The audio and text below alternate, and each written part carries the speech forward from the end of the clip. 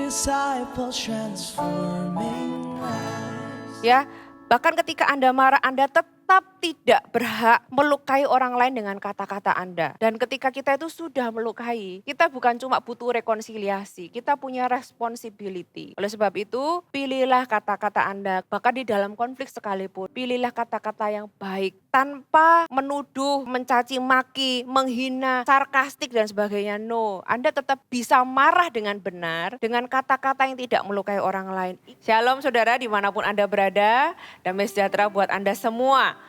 Anda siap mendengarkan firman Tuhan?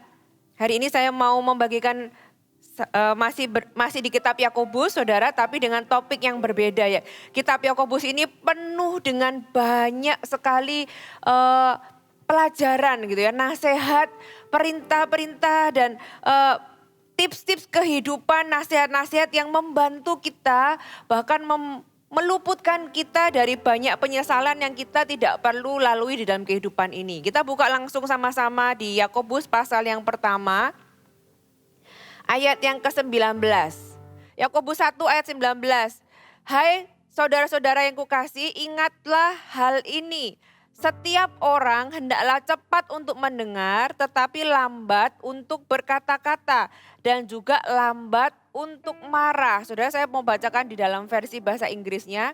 My dear brothers and sisters, take note of this. Everyone should be quick to listen, slow to speak, and slow to become angry. Saudara, saya mau kita membaca ayat ini dengan perkata karena firman Tuhan ini mengandung banyak hal yang kita bisa pelajari. Yakobus menulis, hai saudara-saudaraku, di dalam bahasa Inggris dikatakan hai dear brother, my dear brother and sisters.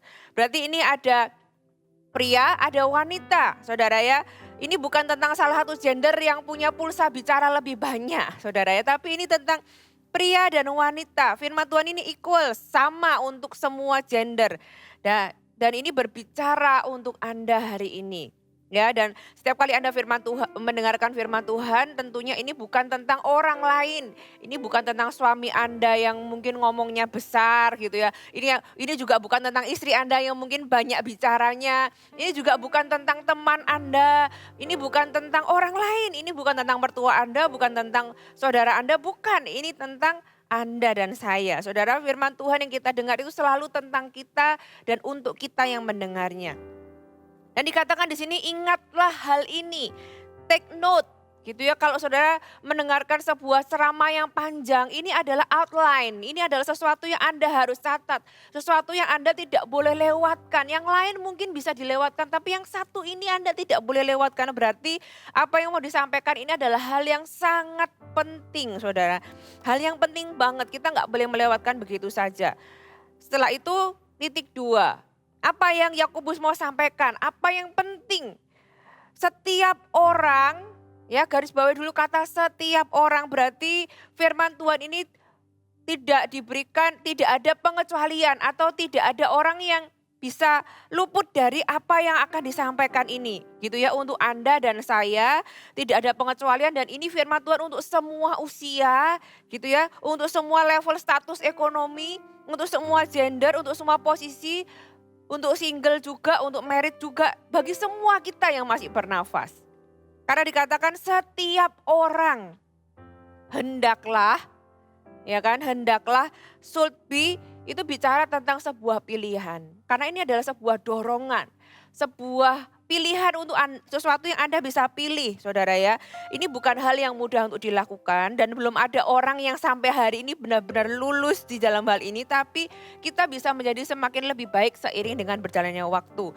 Ya, ini adalah sebuah pilihan, kita bisa memilih untuk melakukan dan menerima manfaatnya, atau kata hendaklah itu seolah-olah ya kamu sebaiknya memilih jalan ini gitu kan. Kalau kamu memilih jalan ini, melakukan ini, Anda akan terima manfaatnya. Sebaliknya jika Anda tidak melakukan, Anda akan terima konsekuensinya. Saudara, kalau ini adalah sebuah pilihan dan Anda tahu apa nanti saya bagikan manfaat-manfaatnya, saudara, ini akan menyelamatkan hidup Anda. Ini akan menyelamatkan banyak hal di dalam kehidupan Anda. Saudara, kalau kita baca di sini, apa yang firman Tuhan katakan? Hendaklah apa? Hendaklah kita cepat untuk mendengar, ya, lambat untuk berkata-kata dan juga lambat untuk marah. Jadi ada 3 hal Saudara, ya cepat untuk mendengar, ya kan, lambat untuk berkata-kata dan lambat untuk marah Saudara. Jadi ini yang Tuhan mau kita lakukan melalui kitab yang ditulis oleh Yakobus. Ketika kita bicara tentang mendengar dan berbicara, berkata-kata, ini bicara tentang percakapan 2 arah atau hubungan 2 arah ya, baik langsung maupun tidak langsung. Saudara, apa yang orang inginkan ketika kita itu saling berbicara?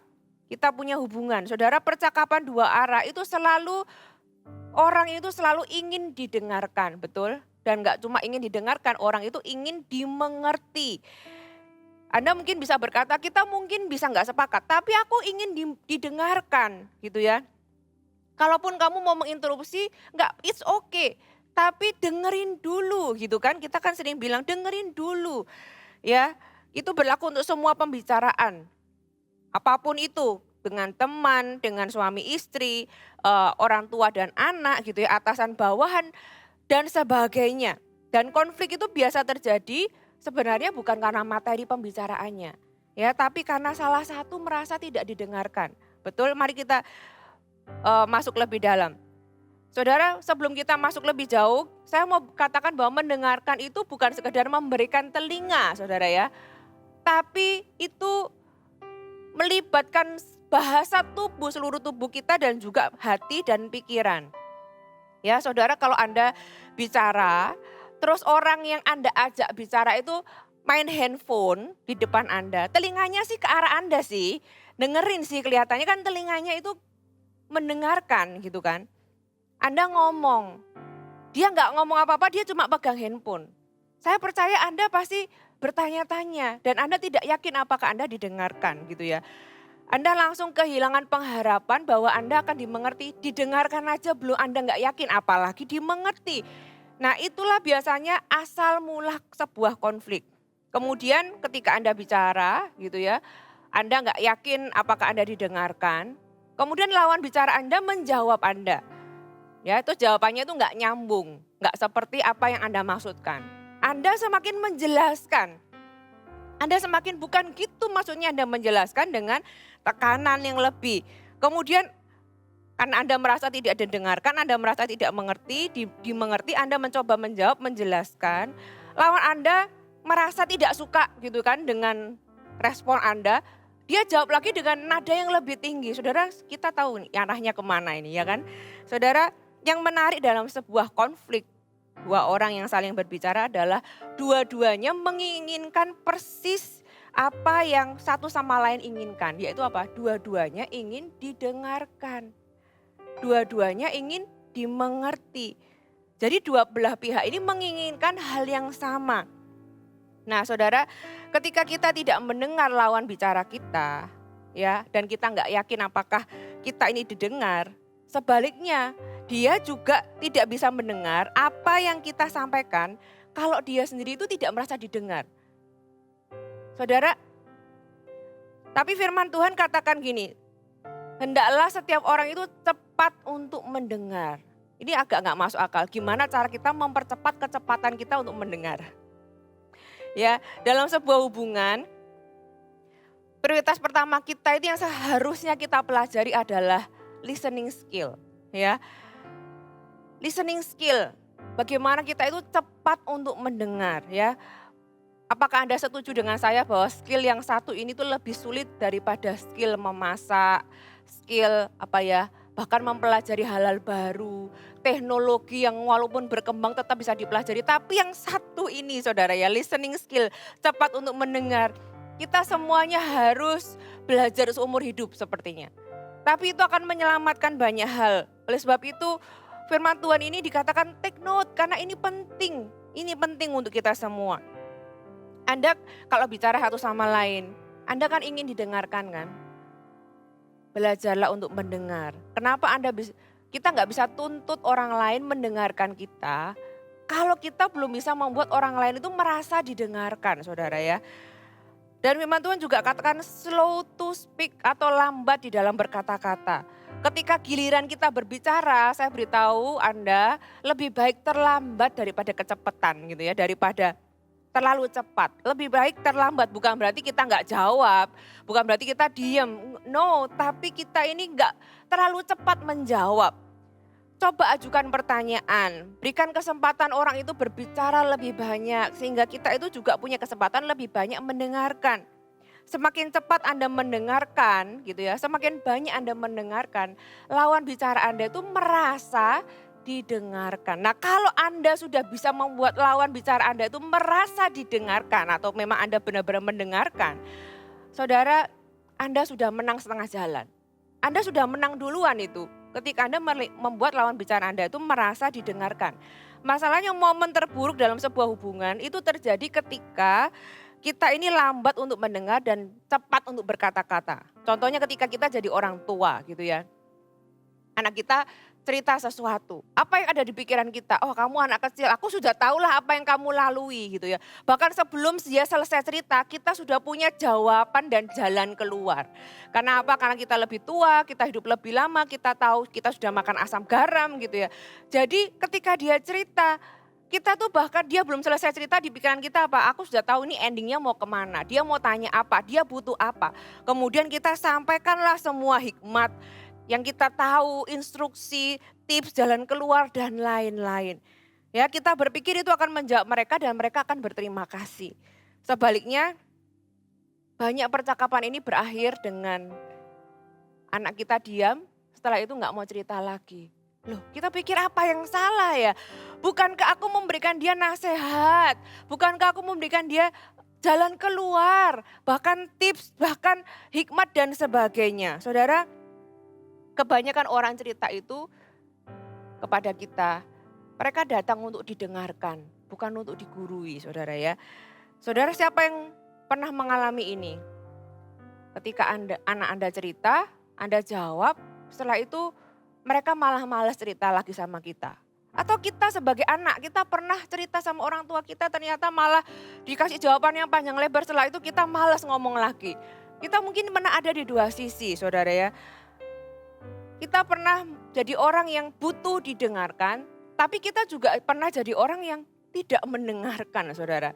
Yakobus memberitahu kita jawabannya kenapa walaupun kita itu sudah berikan nasihat yang paling jitu, ya kan? Tapi kita merasa loh, kok malah orangnya pergi, kok malah orangnya nggak mau ngomong lagi. Apa yang salah? Yakobus memberitahu bahwa kita ini salah prioritas. Kalau Anda dan saya mau meningkatkan kualitas dan kedekatan sebuah hubungan, kuncinya adalah cepat untuk mendengar, tapi lambat untuk berkata-kata. Kalau Anda bisa melatih ini, dua hal ini, maka akan lebih mudah untuk melakukan hal yang ketiga, yaitu lambat untuk marah. Karena ini adalah hasil dari cepat mendengar dan lambat berkata-kata. Kalau Anda mendengar, mengajukan pertanyaan, sampai Anda mengerti. Bahkan Anda bisa tanya, benar nggak yang kamu maksud itu seperti ini? Apakah aku menerimanya dengan benar? Apakah aku sudah mengerti apa yang kamu maksud? Saudara, ketika Anda mengerti, maka ruang pengertian itu akan memperlambat atau bahkan menghilangkan, mengcancel atau tidak jadi membuat Anda marah. Karena ruang pengertian itu membuat Anda bisa memahami dan Anda nggak jadi marah. Nah, kemarahan di dalam konteks yang disebutkan Yakobus ini diekspresikan dengan beda-beda. Ya, bisa meledak dengan kata-kata. Kita marah kenapa sih? Karena kita ini merasa itu nggak sesuai dengan apa yang kita mau. Nggak sesuai dengan apa yang kita anggap benar gitu kan. Kita meledak dengan kata-kata, dengan sikap yang salah, jadi bad mood, jadi diem gitu kan. Kalau ditanya, kenapa kok diem? Gak apa-apa, pokoknya diem gitu kan. Nah, marah bisa macam-macam.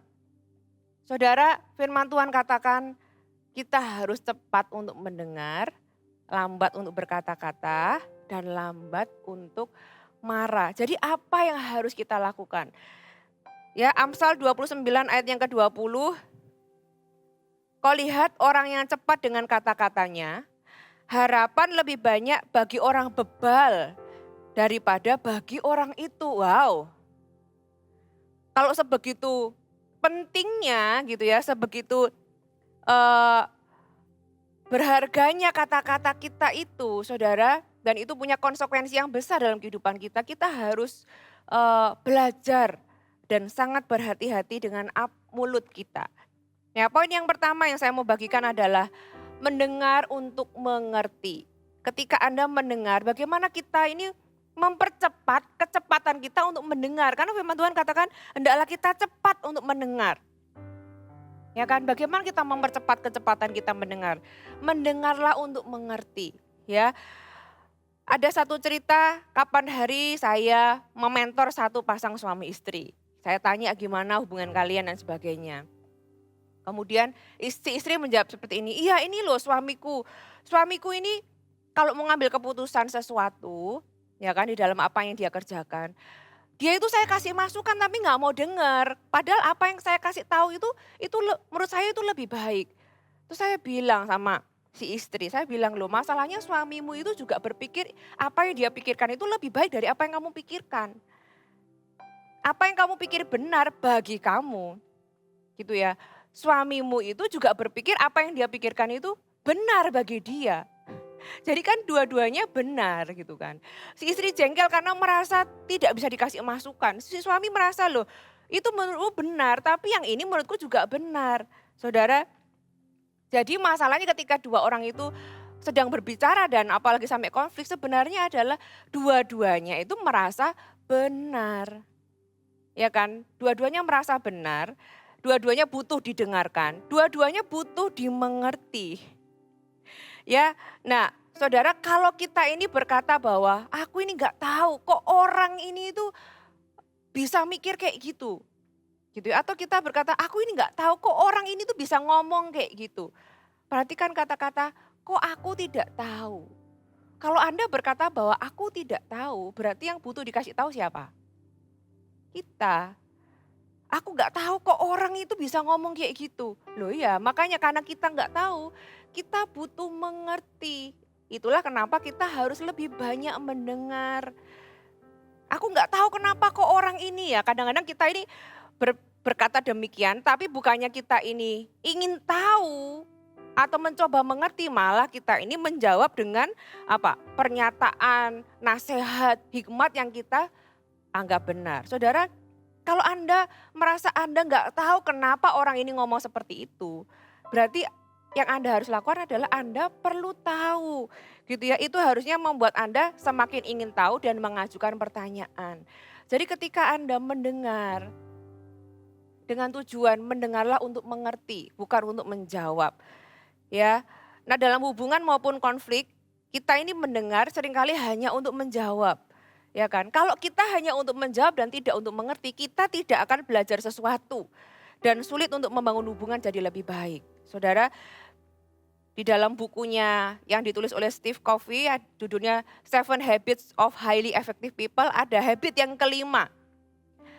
Dikatakan di situ, seek first to understand, then to be understood. Jadi kita harus belajar mengerti dulu sebelum kita itu minta dimengerti. Ya karena setiap kita kalau kita ini diajak bicara sama orang, kita ini punya frame saudara, kita ini semua punya filter.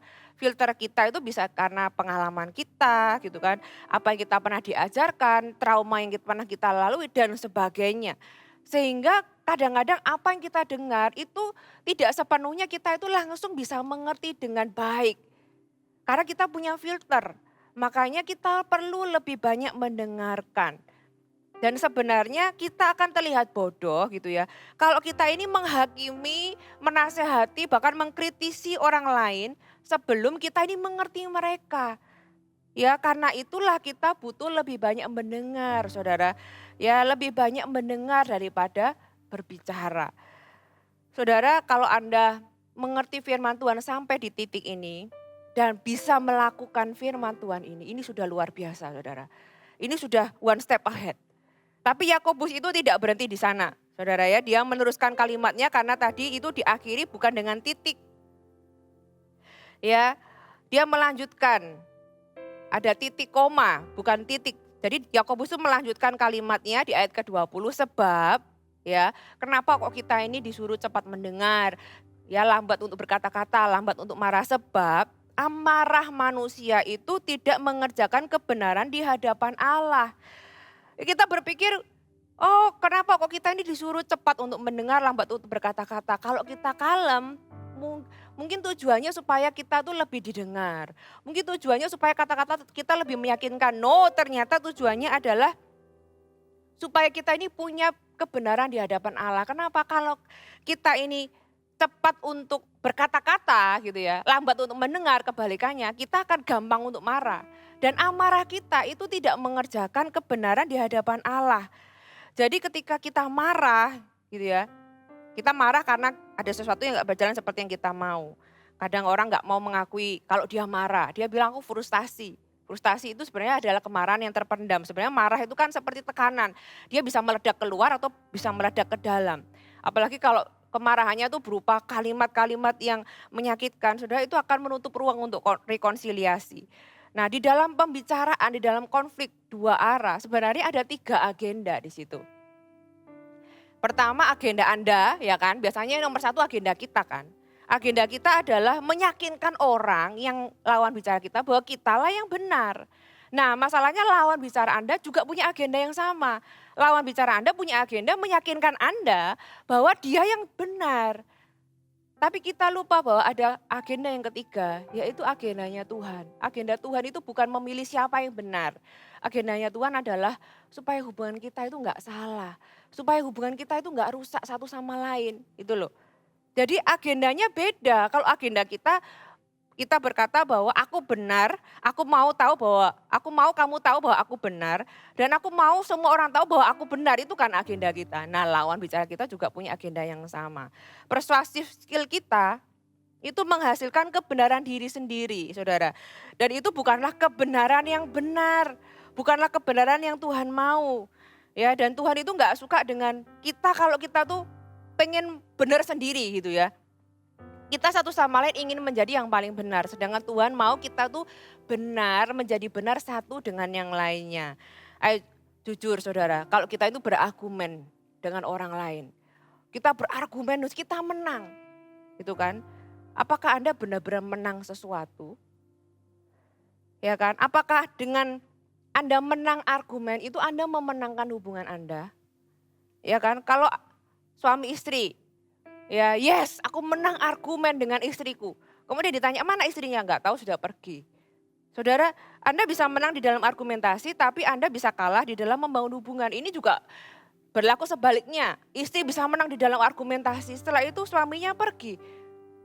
Buat apa gitu ya. Jadi yang dimaksud tidak mengerjakan kebenaran di hadapan Allah adalah amarah manusia, yaitu amarah kita yang terjadi karena ketidakmengertian kita tentang apa yang orang lain katakan. Dan ketidakmengertian kita itu karena kita cepat untuk berkata-kata, kita enggak cepat untuk mendengar, ya kan? Kita lambat di dalam mendengar, tapi kita cepat dalam berkata-kata sehingga kita marah. Ya kan? Amarah kita itu akan berfokus supaya orang lain itu menganggap kita yang benar. Gitu kan. Dan agenda kita cuma satu, yaitu memenangkan diri sendiri dengan apa yang kita anggap benar. Nah, dengan demikian Anda sudah enggak benar gitu loh saudara ya. Maksudnya ayat itu tuh maksudnya seperti itu. Jadi apa yang Yakobus sampaikan di sini adalah bukan sekedar goal supaya kalau kamu itu cepat untuk mendengar, lambat untuk berkata-kata, kamu akan punya hubungan yang baik loh dengan semua orang. No, bukan cuma itu. Tapi goal dari Yakobus adalah Anda bukan hanya punya hubungan yang baik dalam komunikasi, tapi juga Anda benar di hadapan Tuhan. Jadi yang diperjuangkan oleh Yakobus itu adalah hubungan kita satu sama lain dan hubungan kita dengan Tuhan. Posisi kita di hadapan Tuhan. Itu yang pertama, jadi mendengarlah untuk mengerti. Pastikan orang yang Anda ajak bicara itu merasa dan tahu bahwa dia itu didengarkan. Dan apa yang dia sampaikan Anda mengerti. Kalau Anda belum mengerti, kalau Anda masih berkata aku belum mengerti, aku enggak tahu, tanya. Saudara, ajukan pertanyaan-pertanyaan. Kalau Anda membuat orang lain merasa didengarkan dan Anda bisa mengerti apa yang dimaksudkan, Anda sudah menang sebelum Anda bicara. Oke, kita masuk poin yang kedua. Pilihlah kata-kata Anda. Saudara, pernah enggak Anda itu mengucapkan sesuatu yang awkward gitu ya. Terus Anda berkata, waduh kenapa sih tadi aku kok ngomong kayak gitu. Atau Anda mengatakan sesuatu mungkin ketika Anda enggak suka hati gitu ya. Anda melukai seseorang, kemudian hari Anda sesali. Saudara, saya rasa kita semua pasti pernah. Saya juga pasti pernah. Saudara, kenyataannya kita semua ini sebenarnya punya tombol yang namanya pause, ya kan? Tapi kita itu lebih butuh tombol yang namanya rewind, memutar kembali. Masalahnya tombol rewind itu enggak ada. Yang ada cuma tombol pause. Dan saudara harus tahu bahwa kata-kata kita itu berkuasa. Amsal 18 ayat 21, hidup ayat 21, hidup dan mati dikuasai lidah. Siapa suka mengemakannya akan memakan buahnya. Saudara, hidup kita ini dibentuk oleh kata-kata yang disampaikan kepada kita, diucapkan tentang kita, mengenai kita dan untuk kita. Dan kata-kata itu membentuk kehidupan kita. Dari masa kecil kita gitu ya, hubungan-hubungan kita. Bahkan memengaruhi kepercayaan diri kita dan apa yang kita pikirkan ketika kita melihat kaca. Itu semua dibentuk oleh kata-kata. Jadi betapa berkuasanya kata-kata itu. Orang yang tidak percaya diri bisa jadi pede dan percaya diri semudah karena kata-kata yang dia terima. Sebaliknya juga berlaku demikian. Ada orang yang pede bisa berubah jadi minder karena apa? Karena kata-kata. Ya kalau seseorang itu mengatakan kata-kata yang menyakitkan, saudara, kata-kata itu seketika itu juga langsung melukai. Tapi tidak bisa seketika itu juga sembuh ketika Anda meminta maaf gitu ya. Dan saudara harus tahu bahwa kenapa kadang orang itu bilang, loh akan aku sudah bilang sorry, kok kamu masih sakit hati gitu ya.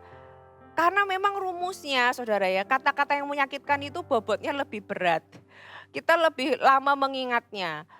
Kita gak bisa ketika kita menyakitkan orang, terus kita itu bilang sorry, terus kita berharap itu jadi sama posisinya, seperti tidak pernah terjadi. Gak pernah itu terjadi seperti itu. Ilustrasinya adalah seperti ketika Anda itu menutup pintu, ya Anda gak sadar bahwa di situ ada tangannya orang, kecepit gitu kan, Anda slam the door, pintunya Anda tutup dengan keras, tangannya sampai patah atau terluka. Terus Anda tuh bilang sorry, aduh sorry gitu ya. Tangannya balik normal enggak? Enggak. Dia tetap harus diobati, bahkan mungkin harus ke rumah sakit saudara. Bukan berarti kita nggak usah bilang sorry kalau gitu, kalau nggak ada efeknya. No, sorry itu bentuknya adalah rekonsiliasi hubungan.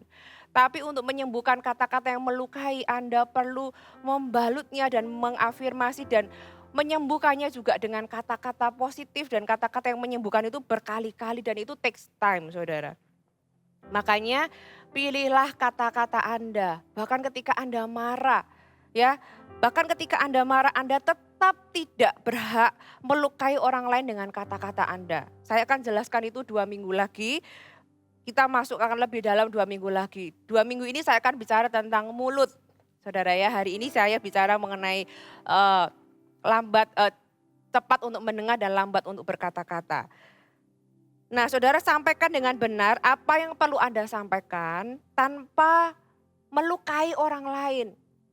Menuduh gitu ya atau mencaci maki, menghina, sarkastik dan sebagainya. No, Anda tetap bisa marah dengan benar dengan kata-kata yang tidak melukai orang lain. Ingat, kita tidak punya tombol rewind. Tapi Anda punya tombol pause. Ya, jadi ketika Anda pause, pilihlah kata-kata Anda. Saya tanya Anda mau nggak dilukai orang? Kalau Anda tidak mau dilukai, jangan melukai orang lain. Dan ketika kita itu sudah melukai, kita bukan cuma butuh rekonsiliasi, kita punya responsibility. Oleh sebab itu, pilihlah kata-kata Anda ketika Anda bercakap-cakap dengan orang lain. Bahkan di dalam konflik sekalipun, pilihlah kata-kata yang baik, kata-kata yang benar. Amin. Yang ketiga, kita lebih baik daripada saya. Ya, ada seorang anak bertanya kepada ayahnya, "Ayah, kenapa orang itu marah suka teriak-teriak? Padahal mereka kan bicaranya dekat, fisiknya dekat tapi kok teriak-teriak?" Si ayah menjawab, "Nak, mereka itu saling berteriak bukan karena mereka nggak dapat mendengar. Melainkan karena mereka itu saling ingin didengar dan tidak mau mendengar. Tubuh mereka mungkin dekat tapi hati mereka jauh. Apakah Anda pernah mengalami pengalaman seperti ini? Ya, atau tidak jarang dalam sebuah percakapan ketika kita marah kita bilang terserah deh kamu mau ngomong apa gitu, aku udah gak peduli lagi. Saudara, dalam kemarahan kita itu mudah untuk tutup telinga rapat-rapat. Ya, tanpa kita sadari dengan kita itu menutup telinga dan tidak mau mendengarkan orang lain, kita tuh sedang memaksakan pendapat kita dan pendirian kita kepada orang lain. Ya, dan seperti yang saya bilang tadi, dua orang yang berkonflik ini dua-duanya menganggap apa yang dia pikirkan itu benar. Dan yang menganggap orang lain itu tidak lebih benar dari dia. Masalahnya dua-dua orang ini sama dan Tuhan itu tidak memihak siapapun. Tuhan itu memihak hubungannya, bukan ke salah satu ini. Yang diperjuangkan Tuhan itu selalu hubungan, bukan siapa yang lebih benar. Yohanes 13 ayat 34 dikatakan, aku memberi perintah baru kepada kamu yaitu supaya kamu saling mengasihi sama seperti aku telah mengasihi kamu. Demikianlah kamu harus saling mengasihi. Apa yang dimaksud aku telah mengasihi kamu? Saudara, Yesus mengasihi kita dengan apa? Dengan Yesus turun ke dunia ini. Mati di kayu salib untuk kita, Anda dan saya. Ya, ketika Yesus turun ke dunia ini, kalau Anda baca, kalau Anda pelajari, Yesus itu tidak datang untuk menjadi yang paling benar. Ya kan? Yesus itu datang ke muka bumi untuk rekonsiliasi, memulihkan hubungan. Hubungan siapa? Hubungan Anda dengan Tuhan, ya kan, dengan Bapa, dan hubungan Anda dengan satu sama lain. Itulah goal Tuhan. Kita harus punya kita harus punya visi yang sama, misi yang sama seperti yang Tuhan miliki. Yesus datang ke dunia ini. Dia gak pikir, aku gak mau jadi yang paling benar, bukan itu tujuanku. Aku datang untuk rekonsiliasi, untuk memulihkan hubungan yang rusak. Saudara, hubungan itu buat Tuhan nomor satu. Ya, dibanding dengan siapa yang paling benar. Dan bagaimana kita melakukannya?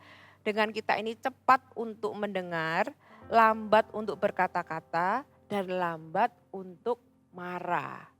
Saudara, jadi kita ini yang kita perlu berkata bahwa hubungan kita satu sama lain itu lebih penting daripada saya. Kita lanjutkan lagi di Yakobus pasal yang pertama ayat yang ke-21, karena ini masih selanjutnya.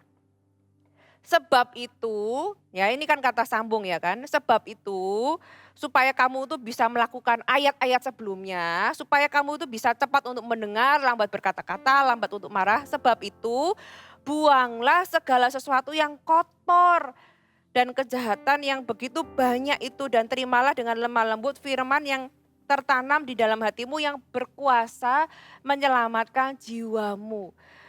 Yakobus memberikan kita jalan keluar bagaimana supaya kita tuh bisa lakukan hal-hal yang tadi. Supaya bagaimana kita tuh bisa cepat untuk mendengar gitu ya, lambat untuk berkata-kata, lambat untuk marah. Supaya kita tuh bisa mendengar untuk mengerti, supaya kita tuh bisa memilih kata-kata kita, supaya kita menempatkan hubungan di atas siapa yang paling benar. Yakobus memberikan jalan keluar. Yang pertama, buanglah segala sesuatu yang kotor. Ya, itu kayak kita pakai jaketnya itu ada tulisannya, saya yang benar. Saya yang paling benar, tuh jaket punya slogan di sininya gitu ya. Anda copot itu jaket. Saudara, segala sesuatu yang keluar dari mulut kita itu keluar dari hati. Ya, segala sesuatu yang keluar dari mulut kita itu menunjukkan hati kita. Saudara, bereskan itu.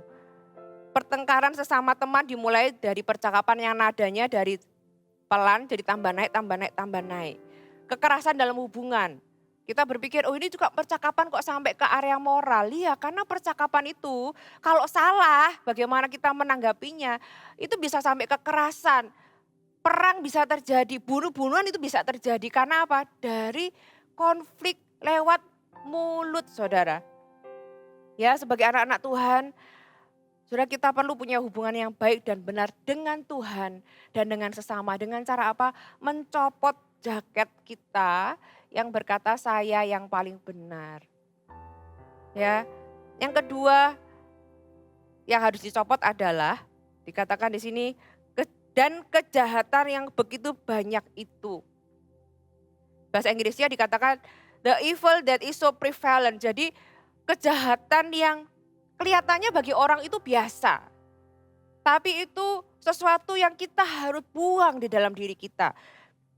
Sesuatu di sini dikatakan kejahatan itu kalau bahasa aslinya itu menjelaskan keinginan untuk menyakiti, keinginan untuk melukai orang lain, keinginan untuk membalas dendam. Saudara, lepaskan keinginan untuk gak mau kalah, keinginan untuk membalas, merasa gak bisa, merasa di bawah gitu ya. Anda mau melebihi, Anda mau setidaknya sama tinggi gitu ya. Saudara, kalau Anda memperjuangkan itu, yang Anda kalahkan adalah hubungan. Ya, Anda harus copot itu, ya.